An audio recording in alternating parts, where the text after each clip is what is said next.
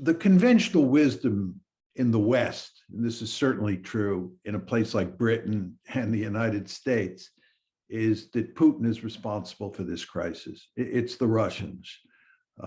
They're good guys and bad guys. And of course, we are the good guys and the Russians are the bad guys. This is simply wrong. The United States mainly, but the United States and its allies are responsible for this crisis, not Putin and Russia. Now, why do I say that?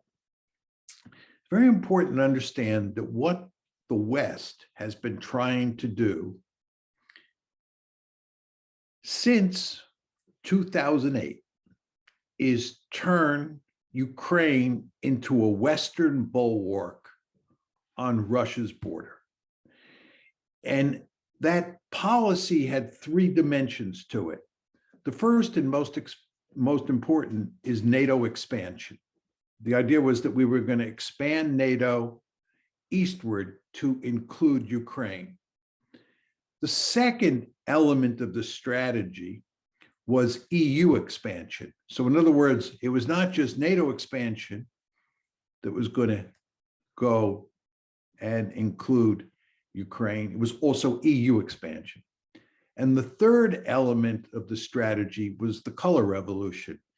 And in the case of Ukraine, that was the Orange Revolution.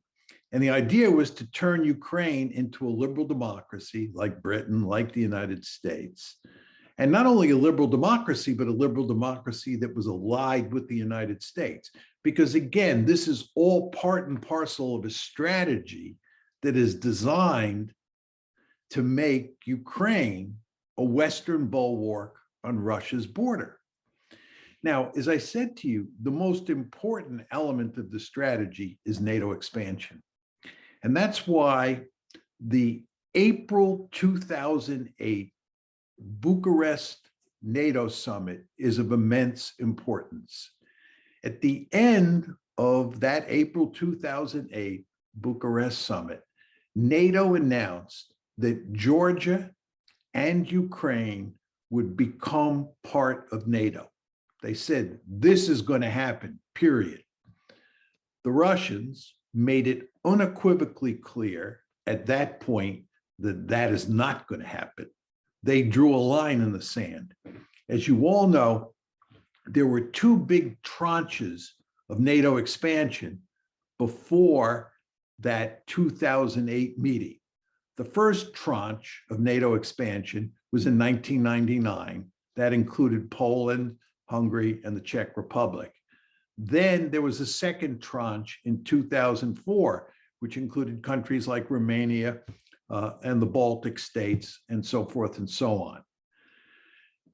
The Russians swallowed those two NATO expansions. They intensely disliked both of them, but they swallowed them.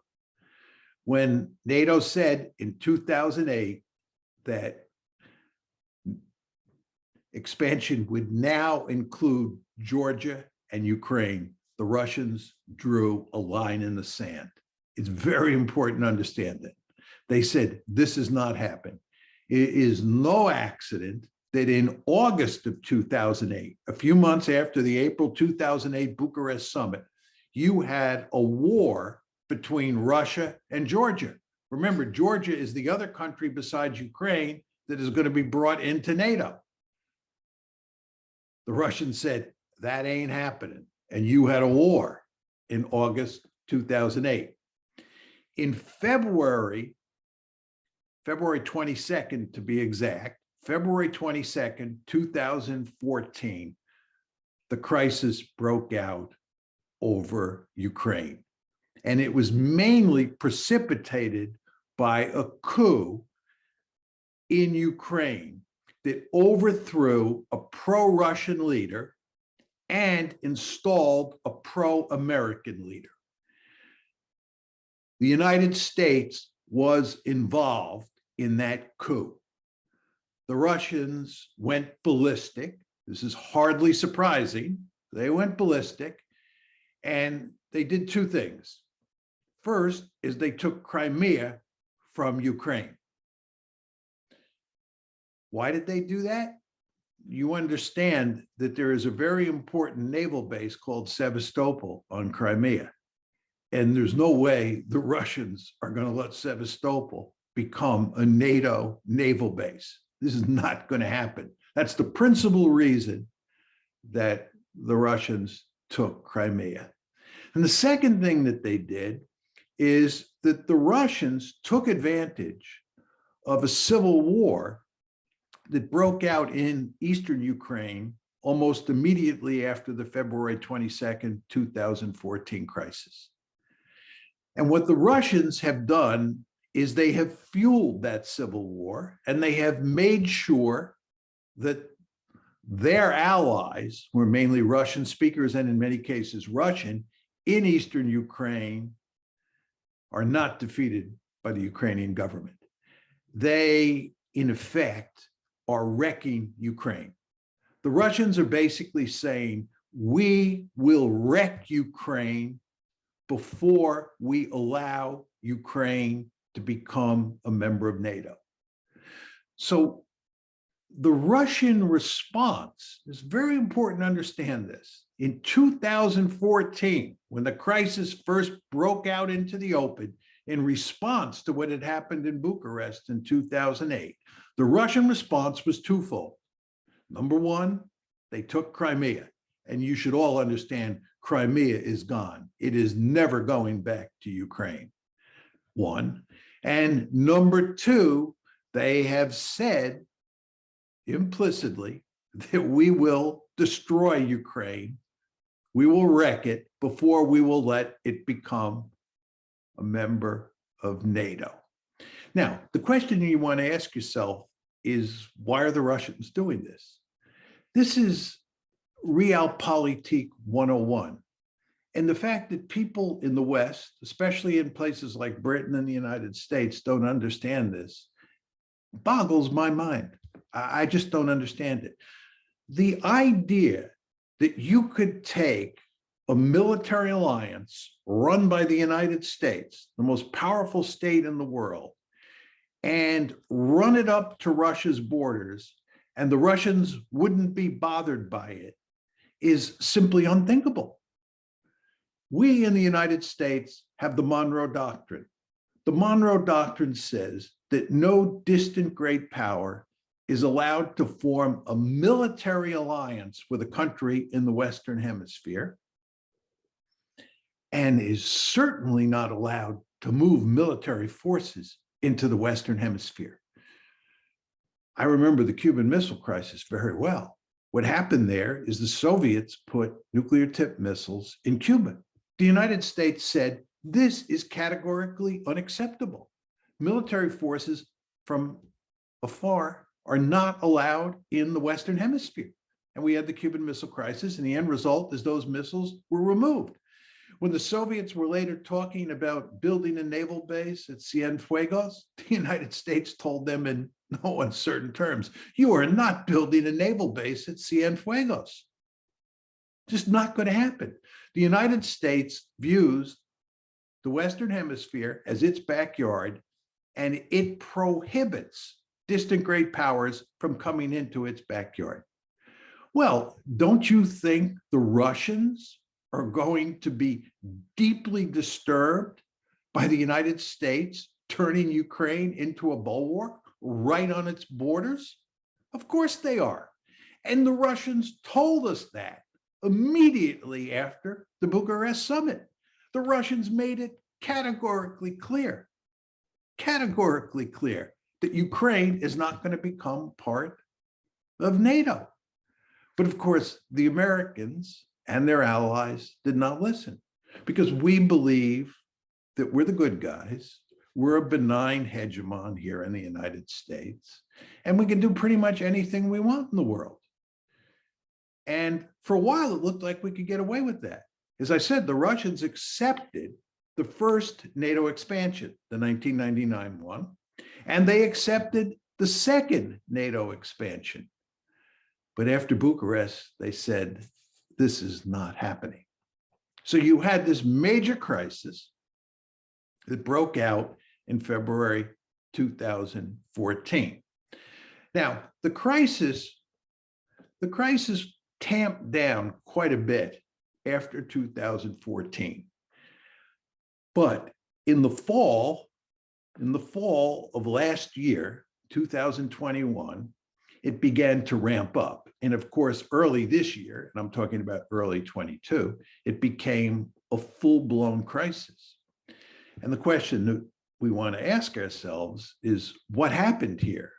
You know, why all of a sudden did this crisis go from the back burner to the front burner?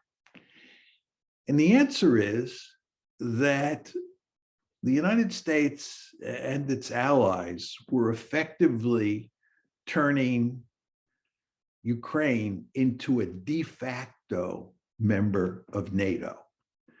You'll hear lots of rhetoric today that the Russians really had nothing to worry about because nobody is talking about making Ukraine a member of NATO today. And I think that's true.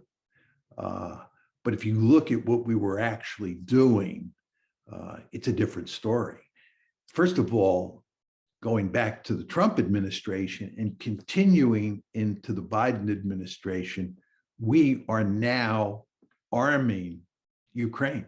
We were not arming Ukraine during the Obama administration. In February 2014, when the crisis broke out, and in the first few years after that crisis, when the Obama administration was in power, we refused to arm the Ukrainians because we knew it would enrage the Russians. It would scare the Russians. You want to understand that the Russians view Ukraine becoming a part of NATO as an existential threat. That's what's going on here. The Russians are sending a very clear message to the West. They're telling you, we take this threat seriously, and we are willing to use military force, if necessary, to eliminate this threat. The Russians are not fooling around here. So what you had happening in 2021, and of course it started before that under the Trump administration, is we were arming the Ukrainians. And when you start talking about arming the Ukrainians, those are Ukrainian forces that can fight against Russia's allies in eastern Ukraine. One thing that really spooked the Russians was that the Turks gave the Ukrainians drones. And drones have become a very effective weapon on the battlefield, as the Azerbaijanis proved against the Armenians last year. And the Azerbaijanis were using Turkish drones. So the Turks are giving drones. The Americans and the British are giving all sorts of other weapons to the Ukrainians. You know, of course, that we define these weapons as defensive weapons. But of course, as sophisticated IR theorists, you all know that there's no such thing as a meaningful distinction between defensive weapons and offensive weapons. As we all know from the security dilemma, what looks defensive to us looks offensive to them. You give drones to the Ukrainians. Do you think the Russians are going to view those as defensive weapons? I don't think so. Right? You start training the Ukrainian forces the way the British and the Americans do. You don't think the Russians are going to see that as a threat? I can guarantee you they are, right? So what's happening here? We're arming, we're training the Ukrainians. And if you look at how we're dealing with Ukraine diplomatically, we're basically talking about Ukraine as if it were an ally or a partner. That's the kind of rhetoric we use when we talk about Ukraine. So it looks like diplomatically and militarily, the bonds between the West, especially the United States, and Ukraine are tightening. At the same time, we're doing a number of provocative things outside of Ukraine that really bother the Russians enormously. The British foolishly run a destroyer through Russian territorial waters in the Black Sea this past summer, June 2021. The Americans take a bomber and they drive it right up against the Russian coastline in the Black Sea. This really bothers the Russians, unsurprisingly. So what you see happening here is the Russians have a very powerful sense that NATO is moving eastward. NATO is moving right up to the Russian border, mainly by turning Ukraine into a de facto member of the alliance, but also with provocative measures like this British destroyer and this American bomber. The Russians, as Sergei Lavrov, the Russian foreign minister, said, reached a boiling point. They had it. They had it. They're not interested really in negotiating anymore. They're interested in altering the status quo. And the end result is you've had this massive military buildup, which is doing enormous damage to the Ukrainian economy, which was already a basket case before the crisis. So Ukraine's situation is getting worse and worse. And the Russians have sent a very clear signal to the West that if they up the ante, they meaning the West, if the West ups the ante, the Russians will up the ante. And again, Ukraine is not becoming a part of NATO. So that's where we are today. We have this major crisis, which goes back really to April 2008. That's the genesis, that decision to make Ukraine part of NATO. And then you had the crisis break out 22 February 2014. And over time, it was ameliorated somewhat, pushed to the back burner, I think one could say. And then all of a sudden, it broke out again. Now, is there any hope that we can settle this crisis? I'll tell you what I think the best solution is. I think it's an obvious solution, but I think it's politically unacceptable at this point in time. The obvious solution is to turn Ukraine into a neutral state, more or less a buffer between Russia on one side and NATO on the other. This is effectively what you had up until February 2014. Ukraine got its independence when the Soviet Union broke apart in December 1991. And from December 1991 until roughly early 2014, there was no real problem with Ukraine. The United States and its allies were not fighting with the Russians over Ukraine. There was a verbal dispute going back to the April 2008 Bucharest summit, but there was no crisis because Ukraine from 1991 to 2008, to 2013 was through 2013 was effectively a neutral state. It was a buffer. It was NATO that changed the situation. You understand, we now have changed the rhetoric to make the Russians the bad guys. You hear all this talk that Russia is bent on creating the second coming of the Soviet Union. Russia is bent on creating a greater Russia. All right, the Russians are the bad guys.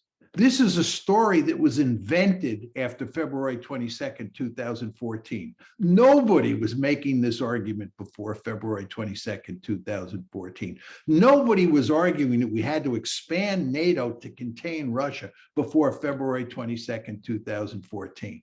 What happened on February 22nd, 2014 is this cockamamie strategy that we had invented to make Ukraine a part of NATO blew up in our face. And when it blew up in our face because of our flawed policies, we were not going to admit that we had screwed up. No, we had to blame the Russians. So we said they were bent all along on dominating Eastern Europe. And of course, you hear the same argument made today. It's the Russians who are the bad guys. Putin is really dangerous. We can't negotiate with him. This is the equivalent of Munich, which is another way of saying he's the second coming of Adolf Hitler, and making a deal on Ukraine is like making a deal on Czechoslovakia in October 1938. This is all pure unadulterated nonsense, right? Again, There was no threat from Russia before February 22nd, 2014. Just wasn't. We invented that story. But anyway, what the ideal situation would be to create a neutral Ukraine, a Ukraine that looked a lot like the Ukraine that existed between 91 and 2014. But we can't do that. And we can't do that in large part because the Americans are unwilling to make any sorts of concessions on NATO expansion. And furthermore, to make neutrality work, to create a neutral Ukraine, it's very important that the Ukrainian government in Kiev reach some sort of modus vivendi with the Russian-speaking population in the Donbass.